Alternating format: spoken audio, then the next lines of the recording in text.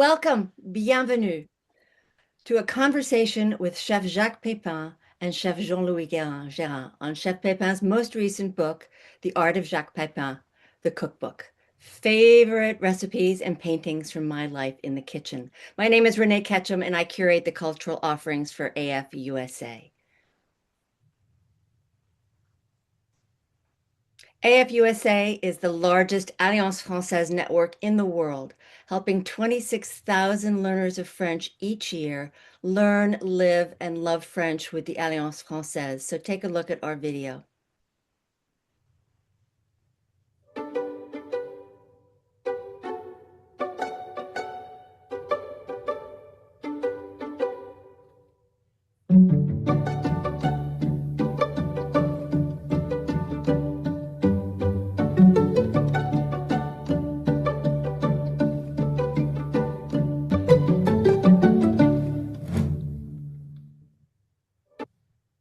Stay tuned by going to www.afusa.org to our upcoming events. Roger Mummert will be back talking about French cartographers. And Peter de Bruges, the head film critic at Variety magazine, will be with us soon to talk about this wonderful film, Petite Maman. A few logistics and format.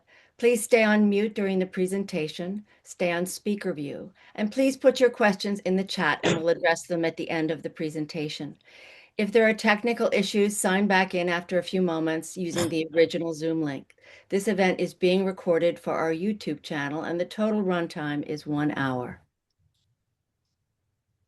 I'm thrilled to introduce my dear friend, Jean-Louis Gerin. Jean-Louis is the 2006 James Beard Foundation Best Chef Northeast. He is the 2012 winner on Chopped on the TV Food Network, a Maître Cuisinier de France and president of the Délégué Académie Culinaire de France USA from 2010 to 2020. And again, we are thrilled to welcome back again Chef Jacques Pépin. Chef Pépin is the award-winning chef, author, culinary education, television personality, and artist. He is the recipient of 24 James Beard Foundation Awards, 5 honorary doctoral degrees, the American Public Television's Lifetime Achievement Award, the Emmy Award for Lifetime Achievement in 2019, and the Légion d'honneur. Jacques Pépin is the winner of the 2015 Federation of Alliance Française AFUSA Prix Charbonnier Award. Welcome, Jean-Louis, and welcome, Chef Pépin. Okay, all right, thank you. And here is Gaston. Bonjour, everybody. Bonjour, Gaston. Yeah. Gastonet, yeah. Well, it's nice to be with you. I have to say that Jean-Louis has probably more honor and award and decoration than I have. In restaurant Jean-Louis in Greenwich for like 25 years or something like that. Yeah. 30 years, yeah. 30 years, yeah. Yes, and best chef of the Northeast, Maître Cuisinier de France, all stuff that you should be very proud of. So, but thank you very much, Jack. It's very very nice of you to say that. I'm extremely impressed to be live with you and with so many people and friends of the French culinary art, and actually your art. So what fascinates me about this new book, The Art of Jacques Pépin, is Jacques Pépin, the chef, and Jacques Pépin, the artist. So in culinary, we go to the market, we look at the vegetable, we look at the fish, we look at the meat, we choose and we decide what we are going to cook. But when Jacques, the artist, is in front of a blank canvas, how do you make it work? What is your inspiration? Because you don't have the physical and the visual of the vegetable and the foods. It's all in your head anyway. I mean, for me, not for everyone, but for me, certainly there is a great deal of, I have similarity between my cooking and my painting. I am probably better at cooking because I have been doing it for over 80 years. And the technique, that I did for years and years and years were embedded. I never really went through a thorough apprenticeship in painting, learning the technique and so forth. But, when you work in a restaurant, uh, you have a specialty, like I don't know when the specialty of your restaurant, let's say a chicken with morel sauce, with morel mushroom. And so you may do 10, 12 that same night, depending on the order that you do. And they all taste exactly the same at the end. And that's the idea why people come to your restaurant, because the food is always the same. Now, if someone were to film you doing those 12 different ones, 12 of time, it would be different. Not very different, but slightly different. You don't really think about it.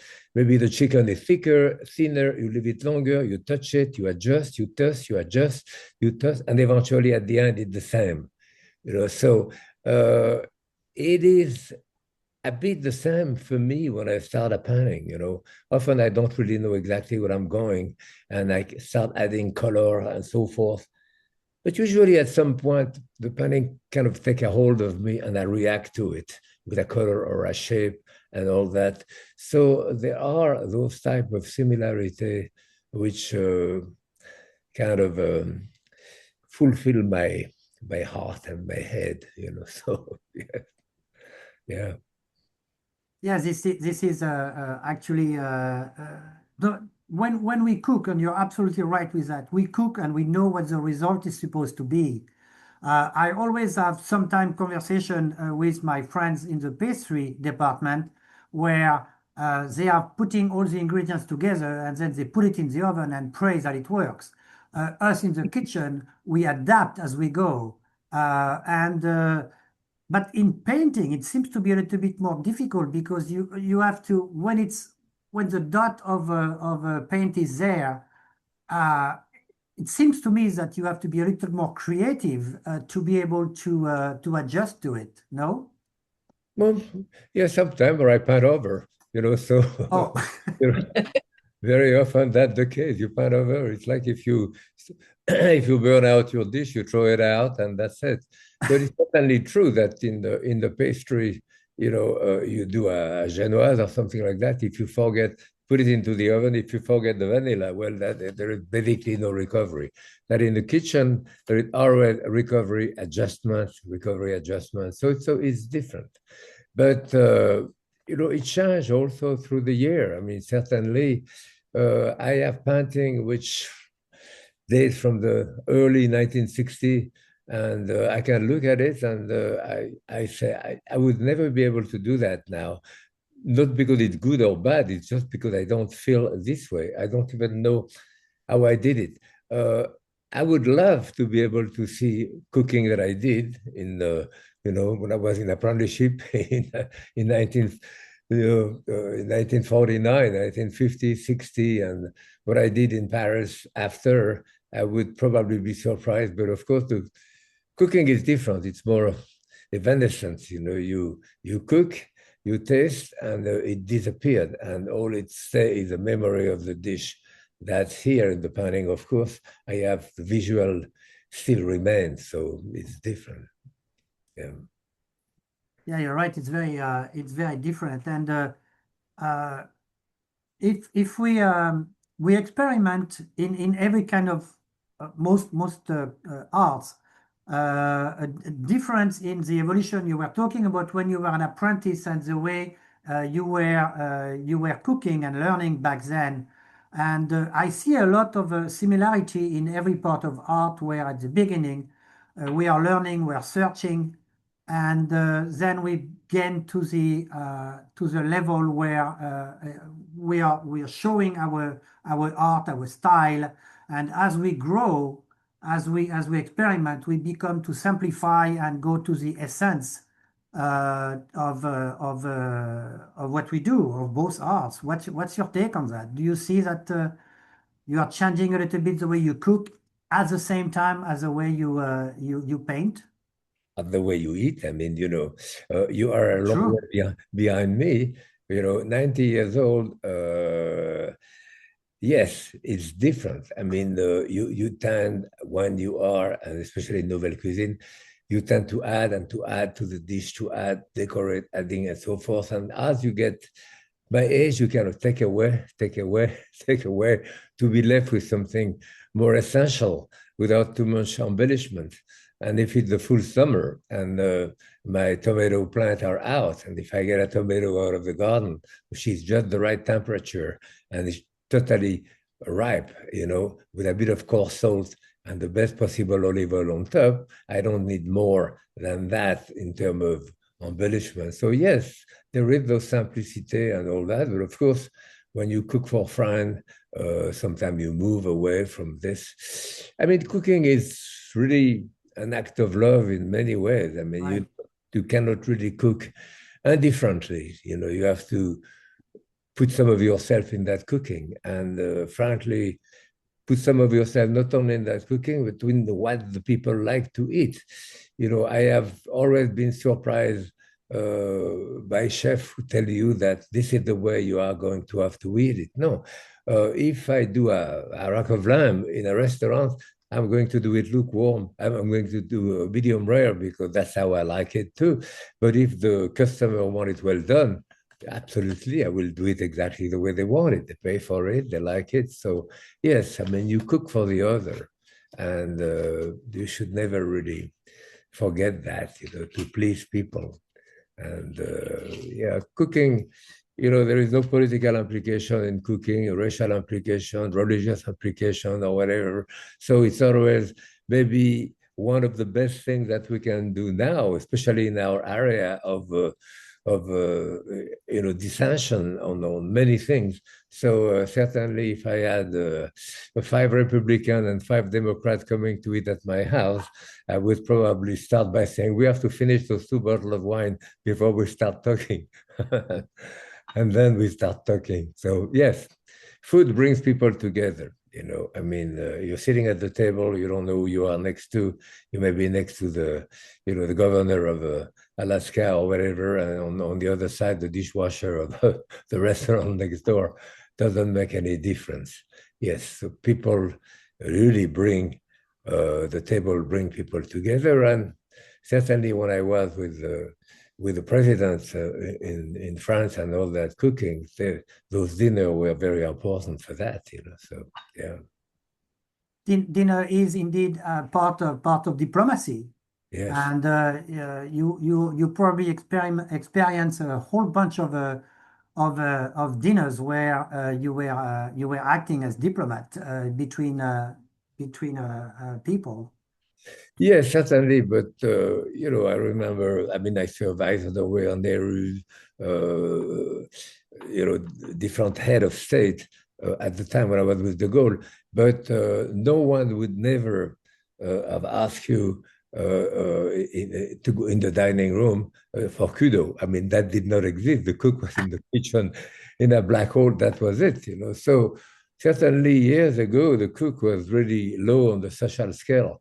And I know I had never been interviewed a magazine, newspaper, magazine when I was with de Gaulle or the other president before, which is totally different. Now we are genius. I don't know what happened. It's good. It's good. Sometimes it's a bit too much, but it's good. Yeah.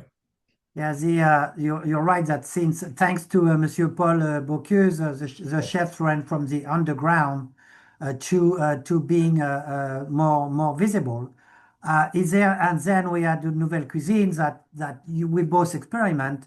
At the end of Nouvelle Cuisine, where I came in the mid 80s, we had a return to fundamental because it became completely crazy.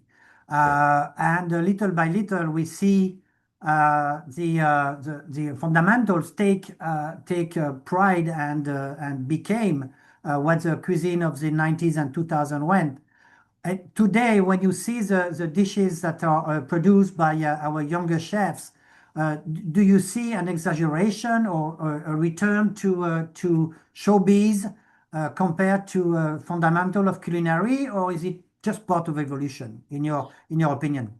It's quite different. I mean, when I came to America in 1959, I work at the Pavilion in New York. Yeah.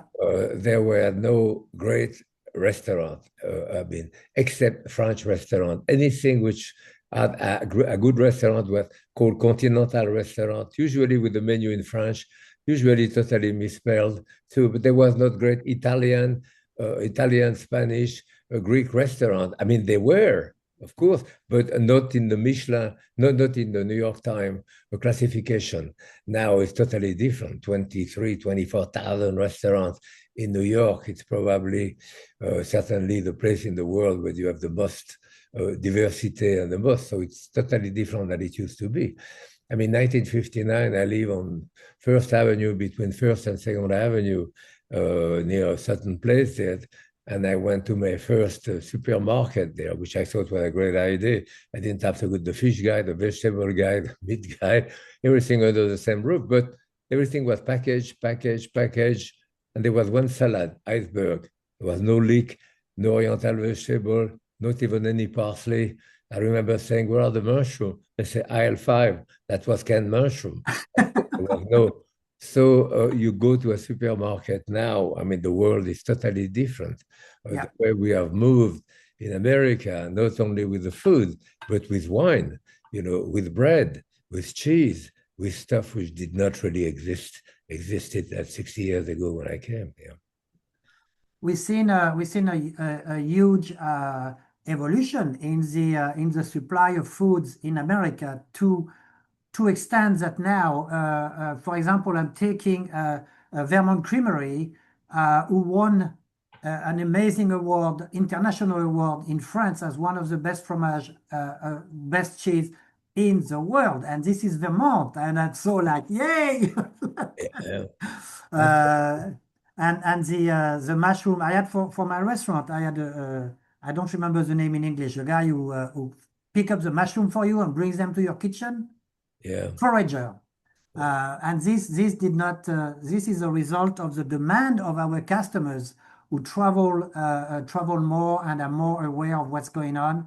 And because there is a demand, we can do the ask as the farmers to be a little bit more on track with that. I mean, Ariane Daguerre, the first lady who bring us foie gras and the chickens that has a taste of chicken. It's those people are amazing. Mm-hmm. Yeah, certainly even her father, who started. I mean, he was growing duck to make a foie gras, and he decided at some point to bone out the duck and saute the breast rare. That did not exist before. When I came to America and when I worked in Paris in the 50s for almost 10 years, duck à l'orange, duck this, it was all a roasted duck with a different type of garnish. And that's what happened. Now it is basically impossible to go to a restaurant and have a roasted duck. All you have is going to have the breast sauté rare and the leg confit or whatever, So things change. I mean, I went back to France the first time in 1962, I believe. I was at Columbia University at the time, and I had a charter plane, and it was the beginning of those trips back for like $200-300. And that's where a lot of young Americans who had been in France during the war and all that start going back to France and Italy with those charter planes and start looking at France in another different way, start revisiting France for the food, the wine, the stuff, and brought back a lot of ideas to the US, Yeah. Well, it's true that Monsieur Daguerre definitely help us tremendously. You were mentioning wine in America, and I tasted recently some sparkling from Virginia, and I find it absolutely amazing that they arrive at this this quality of wine where it's not overpowering anymore. It's not sweet, and I mean, we have to be proud. I mean, the American customers gave us a chance to become to go deeper into real food. Now, can we look at one of your painting and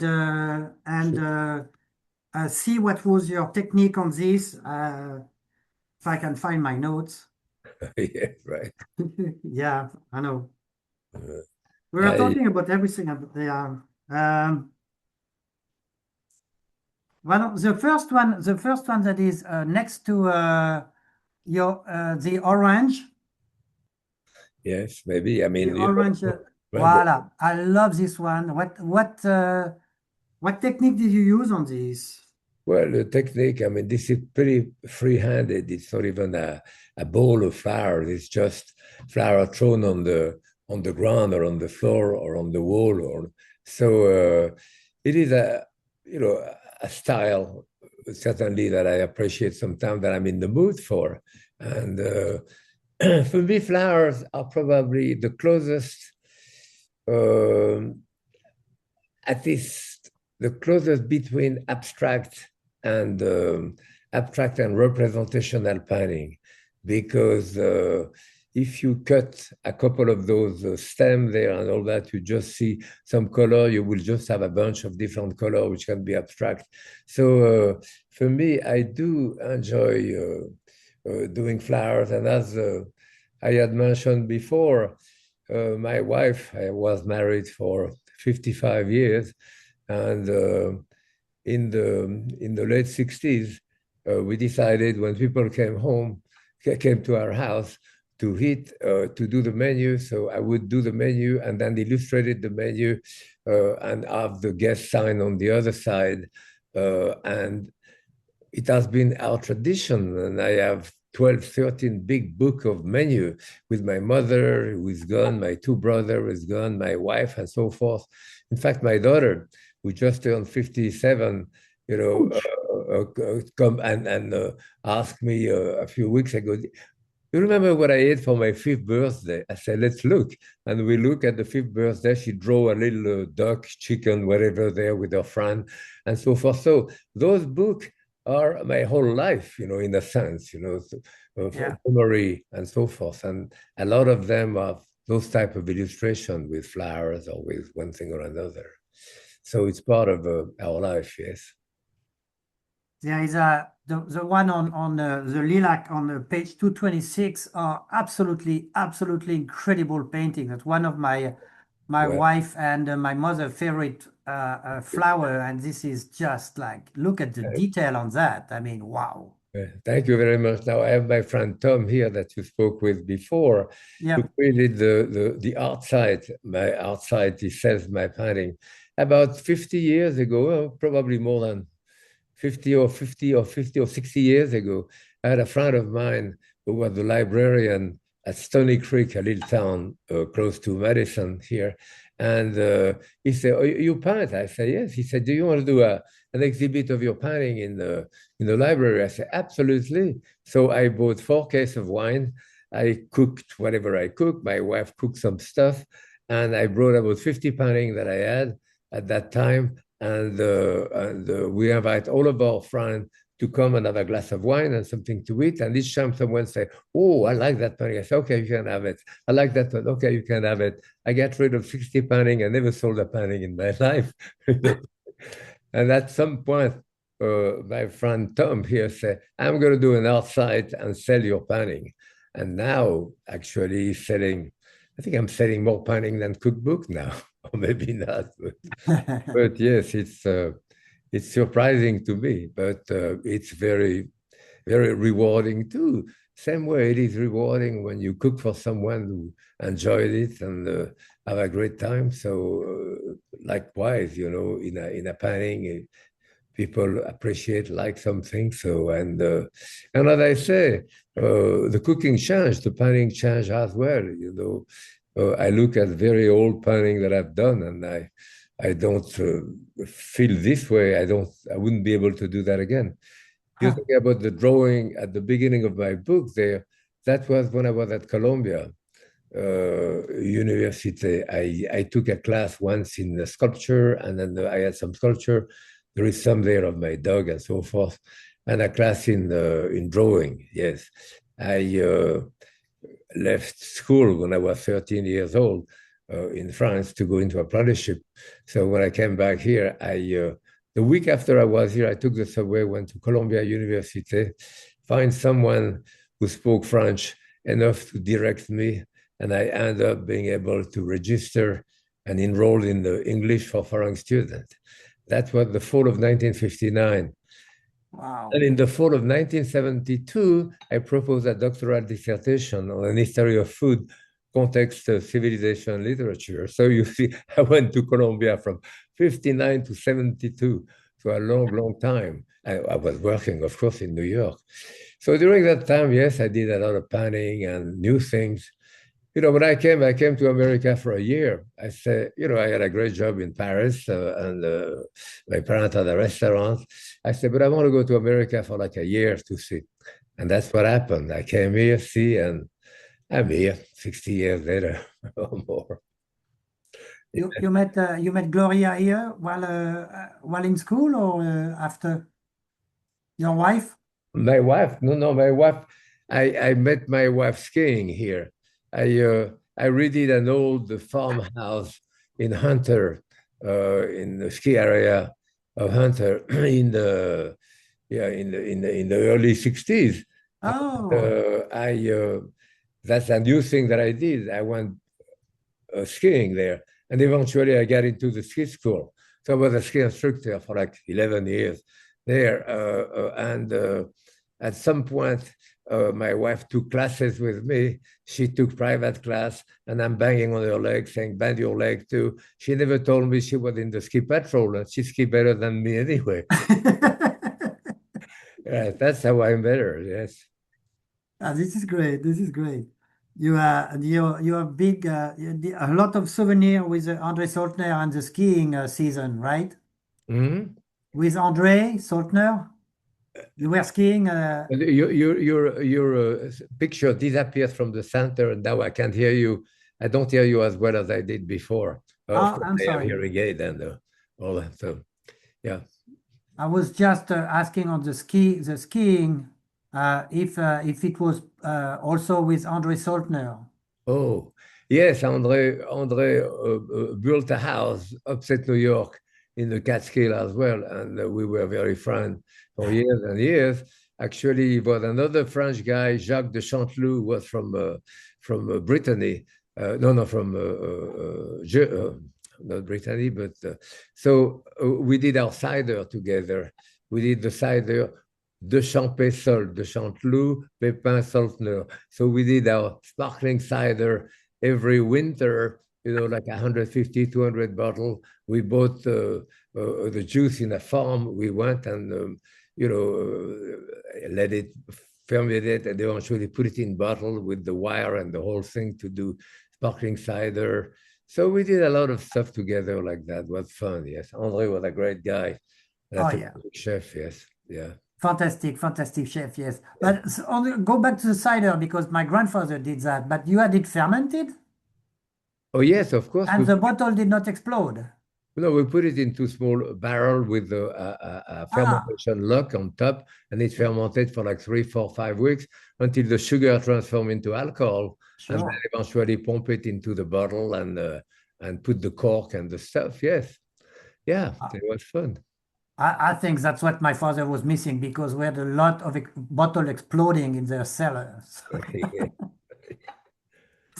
There is on page 220 drawing on peaches flowers, and you have also a fabulous recipe on peach on page 242, and you're not making in the book you are not associating the art, graphic art and culinary art. And I think that this is fascinating to just go through the book and you see the peach flowers on 220 and then you continue on 240 you see a recipe with a peach, and that's a great way to read the book.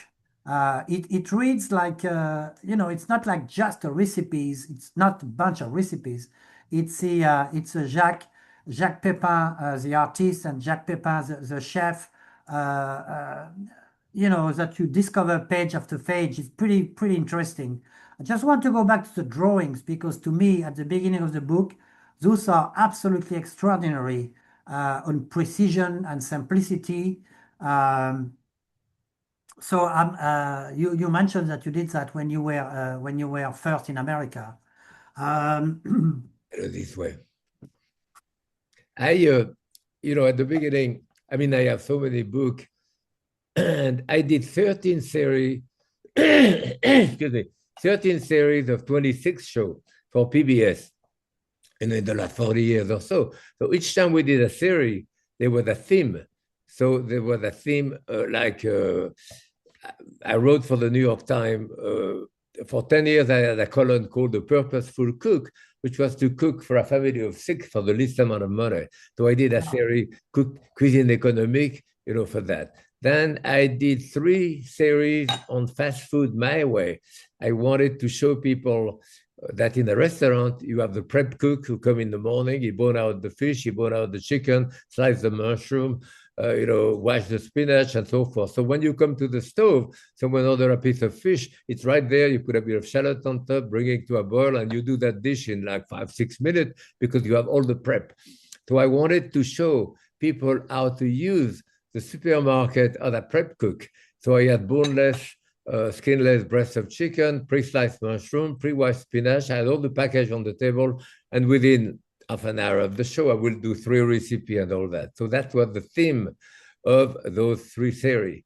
And then I cook with Claudine. We did another thing and so forth. So each time, that's why I have so many books also, because we did those series. So it was a different type of thing.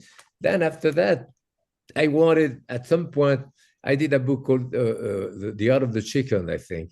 And I just wanted, I asked my publisher, could I do a book of a painting of my chicken? And she said, absolutely. But of course, as soon as I sent 2 pictures of chicken, she said, can we have a recipe with it? So I said, back to doing recipe that I didn't really wanted to. So in that particular book, in the last book here, I thought at some point maybe of bringing painting with my recipe, but it turned out to be impossible to match them. I eventually only decided to do, in a match, if you want, to do all the dessert, I would do flowers. So that's what I did, the dessert I did flowers. But the other one, I could not really match. I did a chapter showing more of the abstracts, and eventually they choose, I mean, I had more painting than that. They choose those which I did at Columbia at the beginning, those drawing and so forth, which was nice and very rewarding to me to see that again. So it was very, yeah, I appreciate it. Yeah. Yeah. There is on page 199 intrigue, which is very, very modern, and you associate that. I mean, they are in the same segment as a beef. Is there an intention on that, or is it like pure publishing hazard? On 199, it's beautiful, beautiful. Yeah, I mean, abstract is something else. Yeah. Actually, Tom can probably tell you that he sells a lot of painting, but not many abstract. I mean, people don't really. But sometimes I am in the mood for an abstract painting, or I may start at something else and eventually move into putting, just color with shape, and all that, and building it up and so forth. I never know exactly what I'm going to do when I start a painting, so sometimes I surprise myself in good or bad. And now I used to, as I said, to paint a lot over my painting, but now often Tom take it out before I could paint over. So yeah, yes. You were mentioning all the TV show. You also taught many generation of cooks. What is your take now today on the transmission, on partage du savoir-faire, and what matter most, the way of thinking or the recipes? What is it that you are transmitting now to the younger generation? What's your message to them? Well, as I said, you always cook for the other, so you have to please people. So it is different from one person to the other. But certainly, uh, we have that interesting situation here that maybe people cook less and less and less than they ever did. I mean, they used to have classes in school to teach people how to cook, which they don't even have now anymore. So very often the kids don't cook because their parents don't cook. You have that in one way. On the other hand, you have more, like farmers market opening that we had before, and extraordinary ingredients sometime in many of the supermarket and all that. So it's that kind of a dichotomy between people who really are interested in cooking and people who don't cook at all. And there has never been, in my opinion, as many cooked food as there is in the supermarket now, from sandwich to all kind of things that people buy and eat very often. And it sometimes is depressing. You go to a restaurant and you see a young couple with a couple of kids, and everyone is on their telephone and eating pre-cooked food and so forth. So, but anyway, it's better when you are in the middle of, instead of the panning, if you are in the middle, I can hear you better than on the side. So, Oh, yeah, that's just the way it switches over. yeah, but because sometimes he comes back yeah, in the middle. It's because he's better. showing his painting. Yeah. Right. This is good now. Huh? Can you hear? Can you hear now? Is it my machine or what's going on? Okay, so It's hard for me to hear him and you see.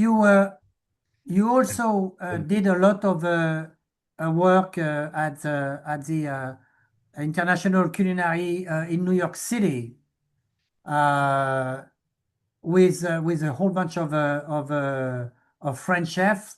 That was a good experience to be uh, transmitting and training those young guys to become chefs and to be in the industry. And at the same time, did you talk about art, graphic arts with them, or culinary art, and trying to explain to them the way both of them function? Yeah, I don't really know exactly what you said there, because as I said, you were in a small picture on the side instead of being in the middle as you were before in a larger thing, which I could hear you and see you better. Oh, here, that's better. So if you can stay there, we don't need to see the painting. I need to see you. Skål. Okay. So I was just remembering your good times and all the people that you train while at the Culinary Institute in New York City. Yes. And did you have while you were there, did you have also a chance or a desire to talk to them about your painting, graphic art compared to the culinary art, and make a explain to them the way the brain works in both cases, or No, was it just culinary? no, at the school there, it was great school. I have to say that. Yeah, André Soltner, Alain Seillac, Jacques Torres, me, and great school, we did great all the school. basic technique. And I am very grateful. Sometimes I've seen, young kid who came here on a scholarship and eventually end up being chef in a big restaurant, and it's very rewarding to see that type of thing. I think that was a good and it was a very good school, and I did enjoy it for years. And but basically, there that was, yes, the classic kind of technique of that I was teaching. I mean, how to bone out a chicken properly, or do an omelette, or do whatever. So something which is more physical with your finger and all that to show you. And of course, we learned. When I learned, it was a repeat situation, because, when I was an apprentice, we were not paid, and so forth. That was a different type of situation. But I feel that the people who came from that school did quite well. So when I was sorry, of course, devastated when Dorothy Kahn was killed in her car, somewhere. And so the school went down eventually. closed just before COVID and so forth. So, but yes, it's a great school, and now I have when I work with my, not only my daughter, but especially my son-in-law, because he's a professional chef. He's been a professional chef all of his life. And then eventually, about 20 some years ago, he decided to teach at Johnson and Well. Yeah. And he went to Johnson and Well, and he had been to Carnegie Mellon, so he had a degree, I think, in political science or whatever. But then he decided to do a master and eventually to do a PhD, and he got his doctorate in education, and he's a full professor now. And he's the one who created the Jacques Pépin Foundation. And I'm very, I would never have done an art site like Tom did the art site for me. I would never have done a Jacques Pépin Foundation like my son-in-law did. I would never have done a Facebook, like Claudine told me at the beginning of the pandemic. Could you do some recipe with what you have left, like 3 minutes, 4 minutes, 2? And Tom showed it. We did 400 of those, and we have like 2 million people now. So I have been very lucky this way, because I would never have done that myself. I would never have done the foundation. The foundation is it's a bit more than 12 years old. And at that point, I had done all of those television shows and so forth. And my son-in-law said, you've been teaching people all your life and at the school as well. Who would you like to teach now? We talked about it, and I said, the people who have been a bit disenfranchised with life, like the people who come out of jail, homeless people, former drug addicts, people like this. So I say, we can teach people like that, because in my opinion, in my way, in 6 weeks, I can teach people in 6 weeks how to wash salad and peel potato and peel onion. And if that person likes it, stay in the kitchen. 5 years later, they are the chef in that small restaurant and kind of redo your life. So that was a good thing that my son-in-law did with the foundation. And we are, we've been doing very well with that. So I'm glad to. It's actually very impressive, the number of grants that you give to culinary training is absolutely impressive. I mean, I don't know any foundation who are at that level. There is a 90 chef and 90 dinners. Is that coming up, or is it past? Because this is pretty funny. Yeah, this is another idea of my son-in-law there. I mean, I didn't go to the 90 dinner, but there was 90 chefs who did a dinner and 90 home cook who did a dinner. So I did probably 20, 25, and somewhere. I was 2 weeks, almost 3 weeks in California, in the wine country, and like Thomas Keller did an incredible dinner. It was like $5,000.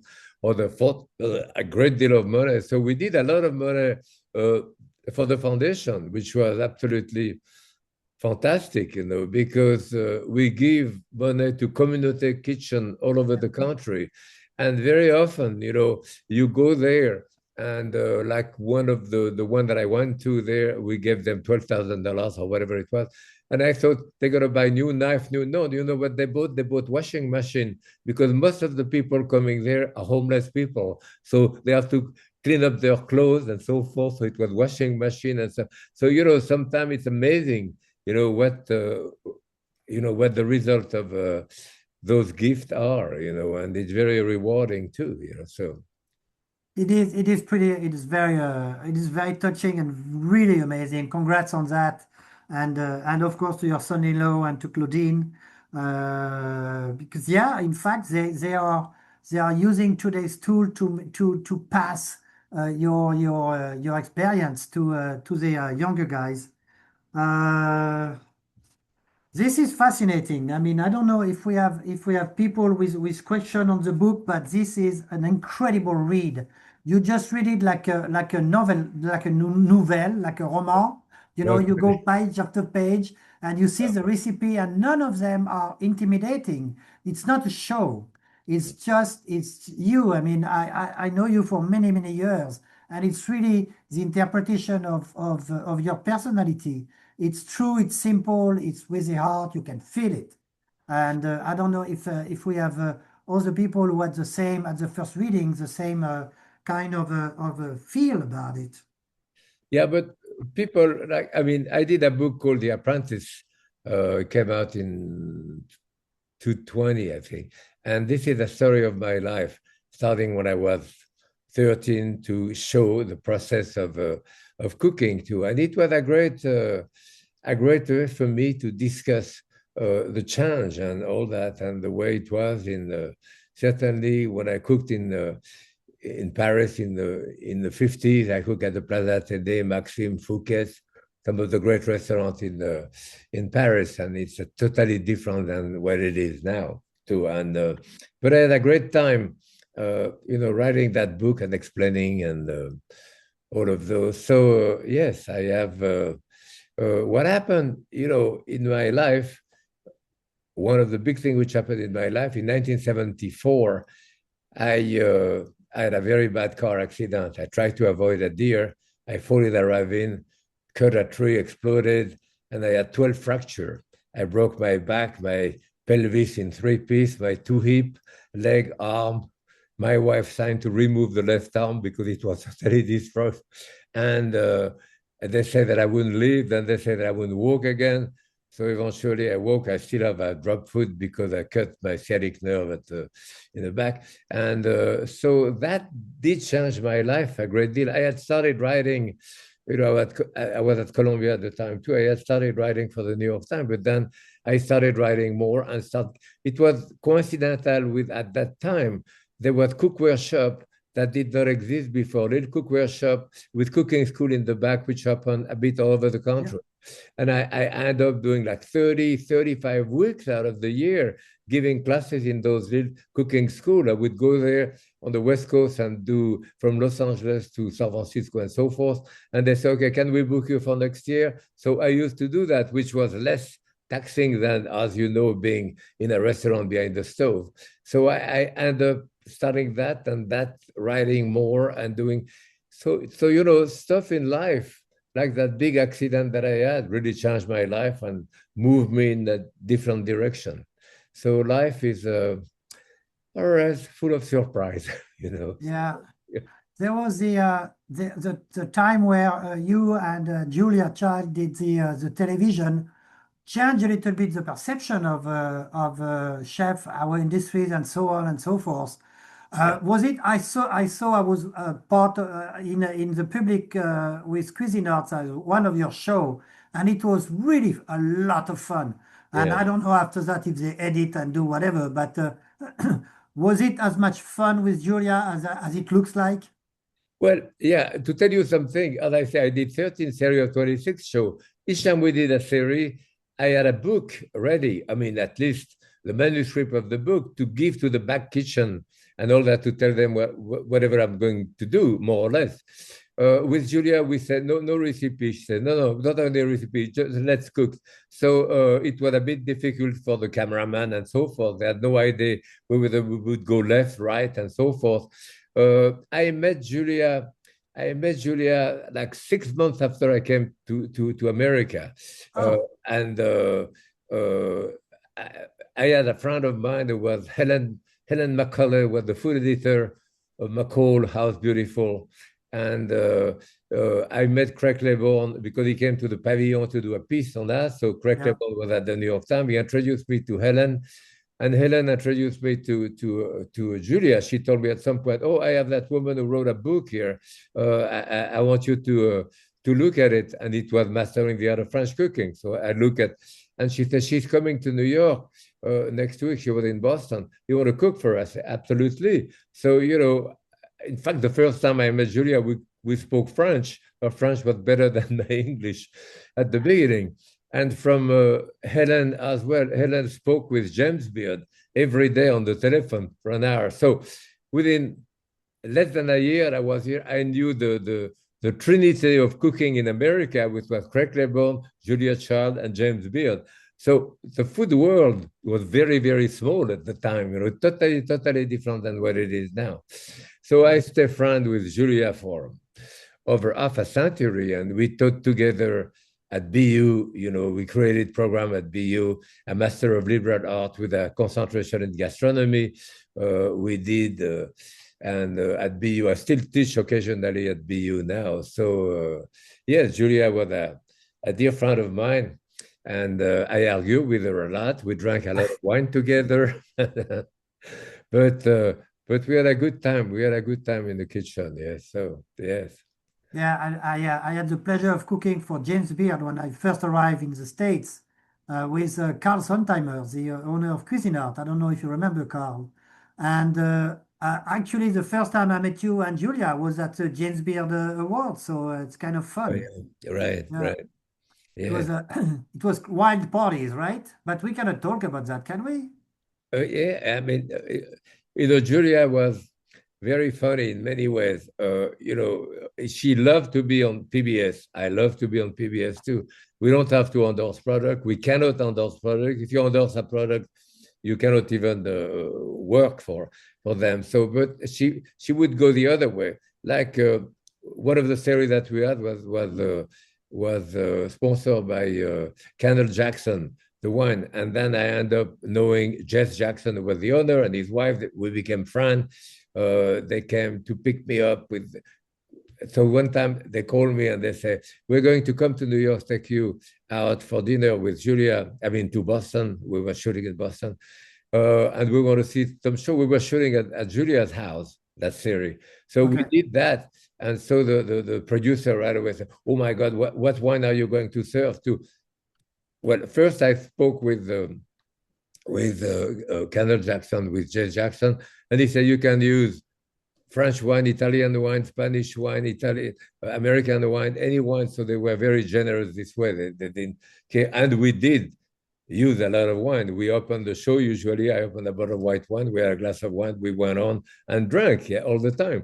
So that day that he was there looking at the show, I told I forget what we cook exactly, but I told Julia at the end, "Okay, what do you want? You want a Merlot, maybe a cab?" With that, she said, "I want beer."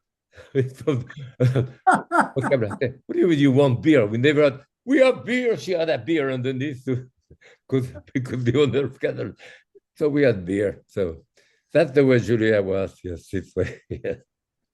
Amazing, amazing. And also, so I mean, this is what she and you did for our profession is to demystify it and demystify the French cuisine and making it something that is fun and not easy to learn because it's really not easy, but doable. Yes, of course. Yeah. I remember one day at the show that I was at, you were doing something with a food processor and it did not click properly.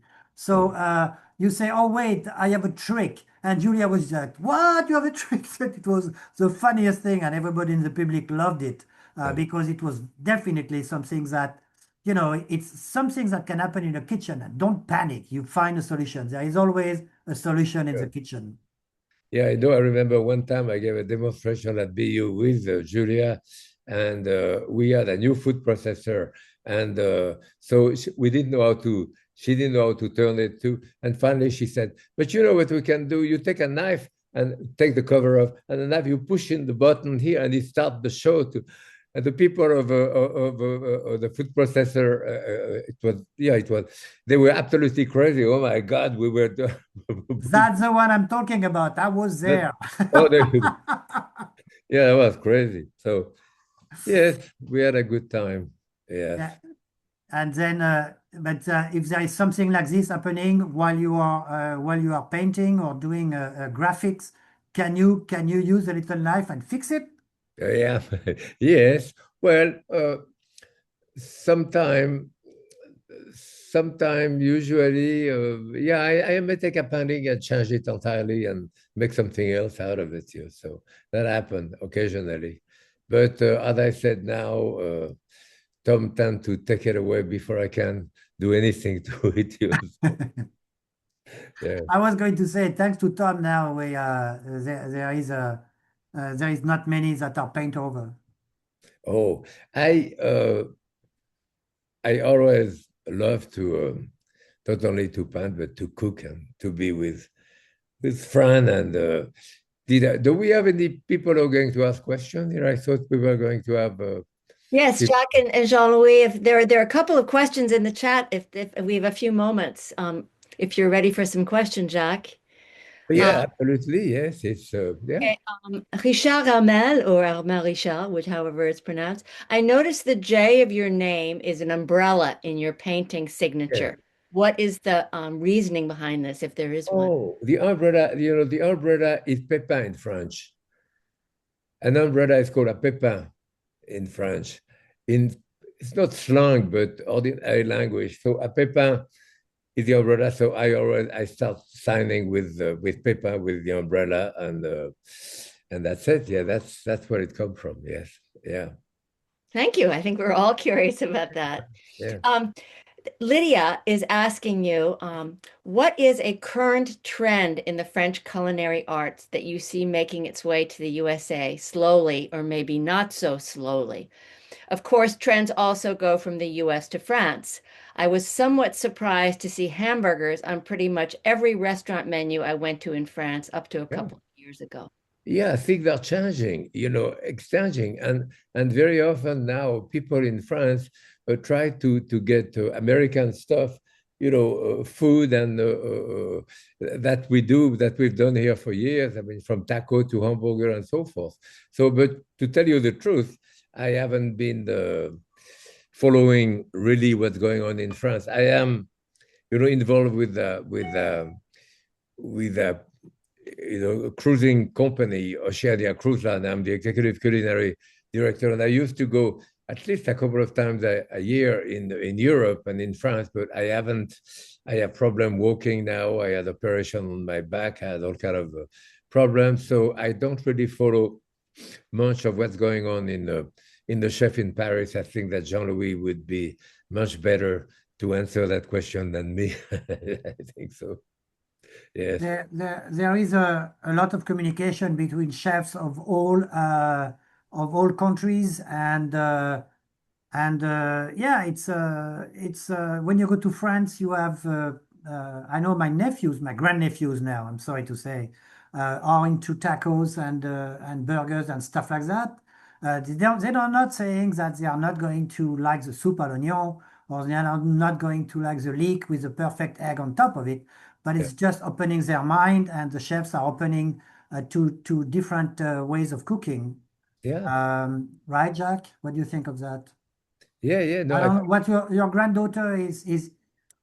You my probably see granddaughter, that with her. sure, yeah, she's actually she just went back to BU yesterday, and she's finishing BU this year.